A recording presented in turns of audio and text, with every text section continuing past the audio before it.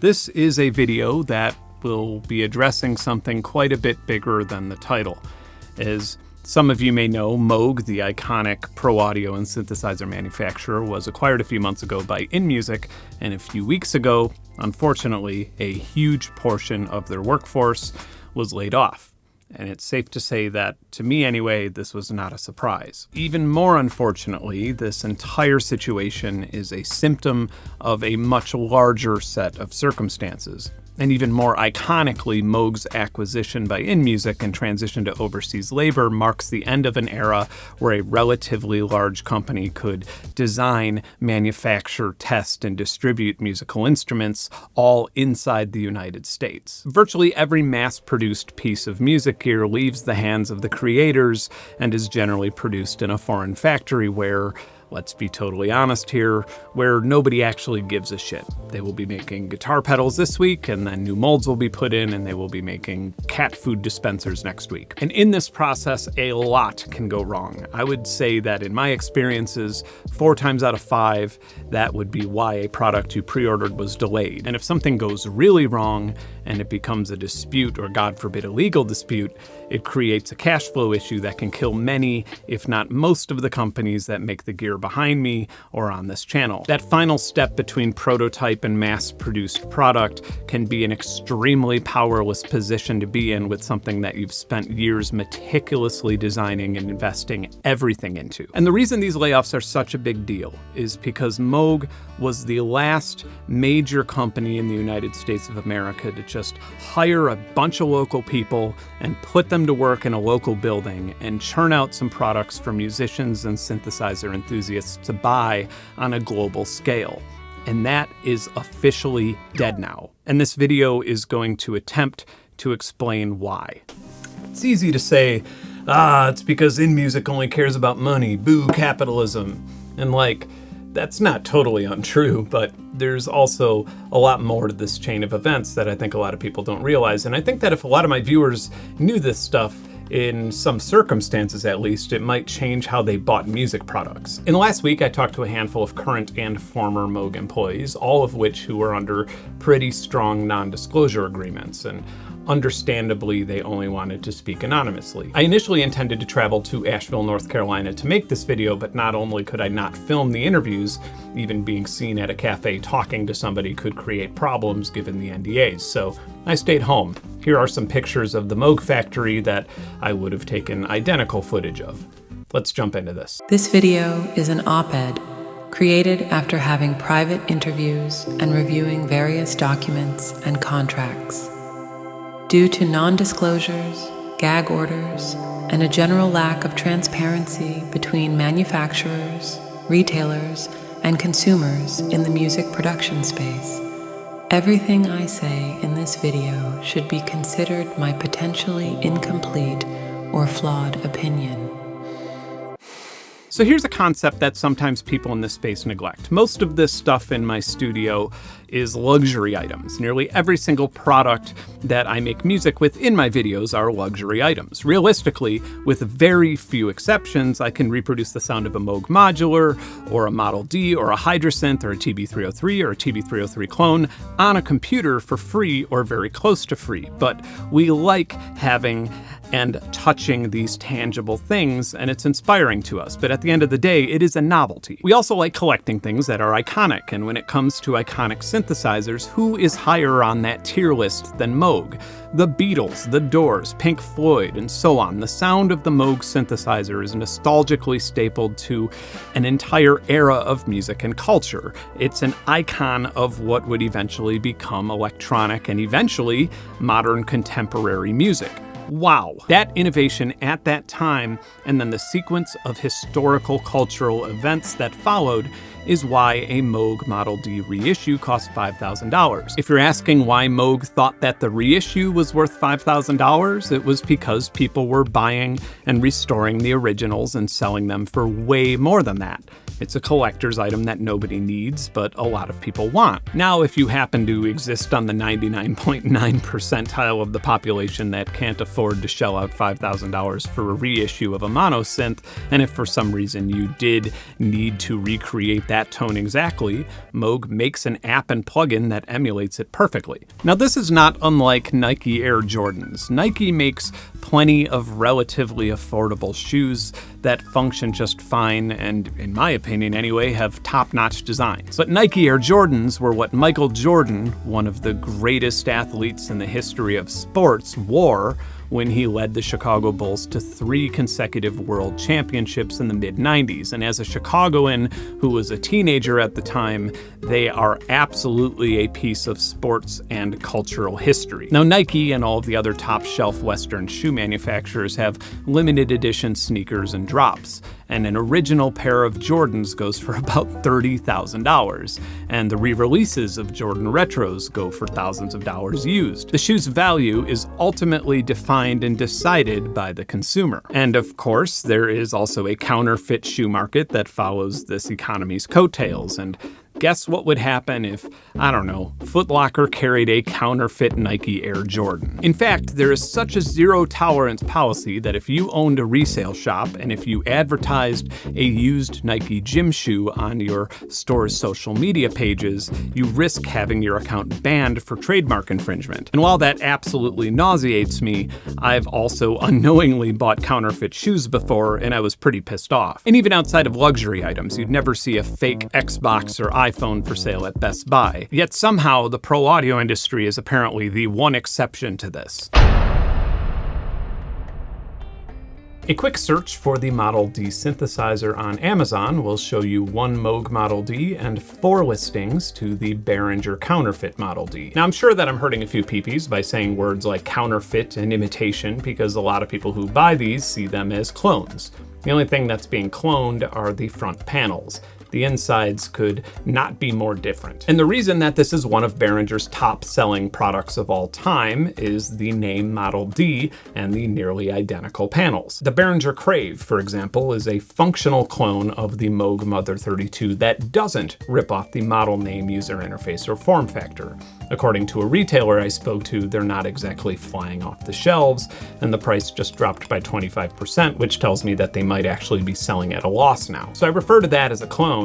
I refer to this as a counterfeit. Now, according to an average from a few retailers, the only synthesizer of Behringer selling better than the Model D is the 2600, which has an interface and name just a little bit similar to the ARP 2600. And by the way, I am not denying that some of these Behringer counterfeits are fun to play with, and I'm not shaming anybody for buying them or playing with them, as long as they're comfortable being the guy on the basketball court with the fake Jordans on. Naturally, as one would expect, ever since I made this video, I get a lot of emotional baggage from people on the internet saying that criticizing Behringer's behavior is poor shaming people who can't afford expensive gear. Like I said earlier, you don't need any of this shit to make good music. If you want to have a really powerful and crazy modular synth engine, Cardinal is free and open source, and it's more powerful than anything mentioned in this video. So whether it's a $20,000 piece of vintage history, or a $5,000 handmade remake in the same factory, or a $300 counterfeit version made in a dystopian prison complex in the Guangdong province,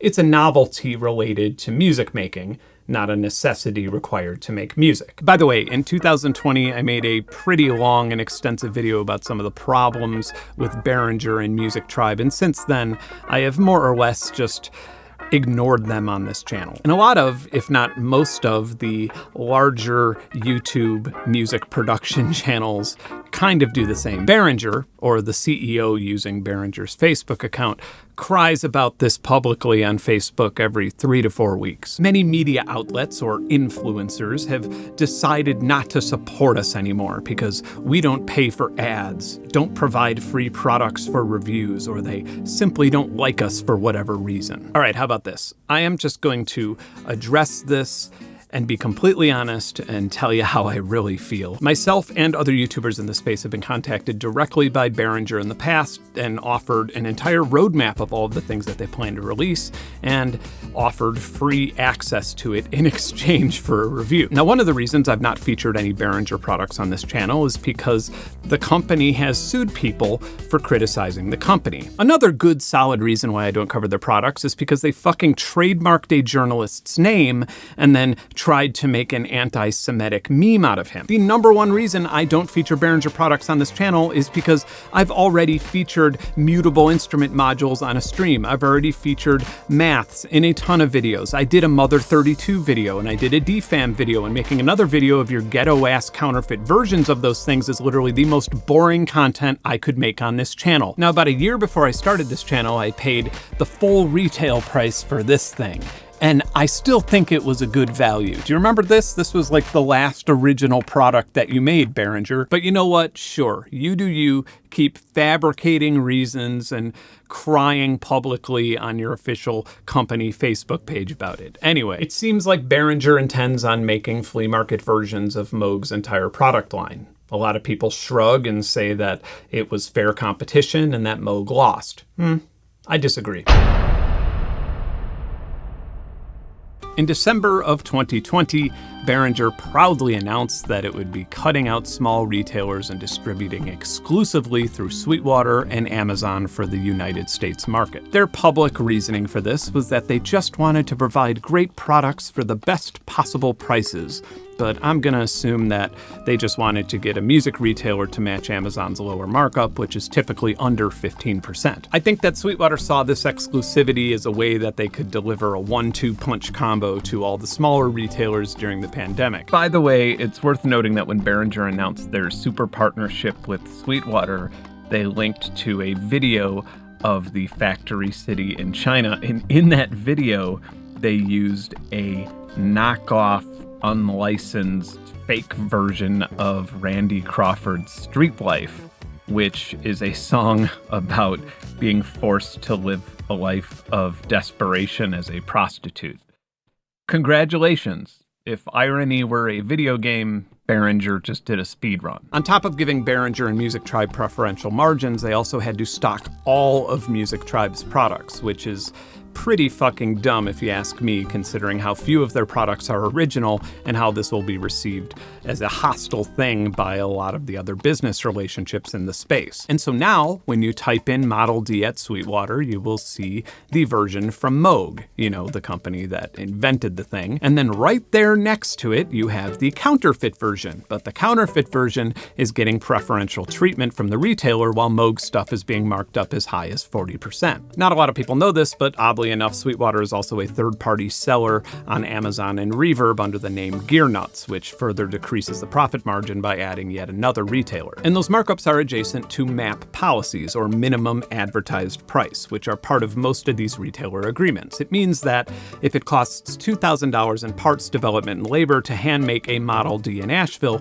Moog cannot sell it directly to the customer for less than what the retailer sells it for. Now, if you manage to ignore all of the Instagram advertising and search engine optimization, and if you ordered a Model D directly from Moog for $5,000, there's a pretty nice profit margin there, and that would go to future products and growth. But on the other hand, at least according to my sources, Sweetwater and some other retailers get between 35 and 40% of that $5,000 price tag. So let's just use 35% as the example, and after subtracting shipping expenses, the profit on this insanely expensive luxury item may actually drop to under $1,000 for Moog. But even then, it's still a profit, and if there's a profit, there should be a sustainable business model. But unfortunately, it gets way more fucky and unpredictable than that.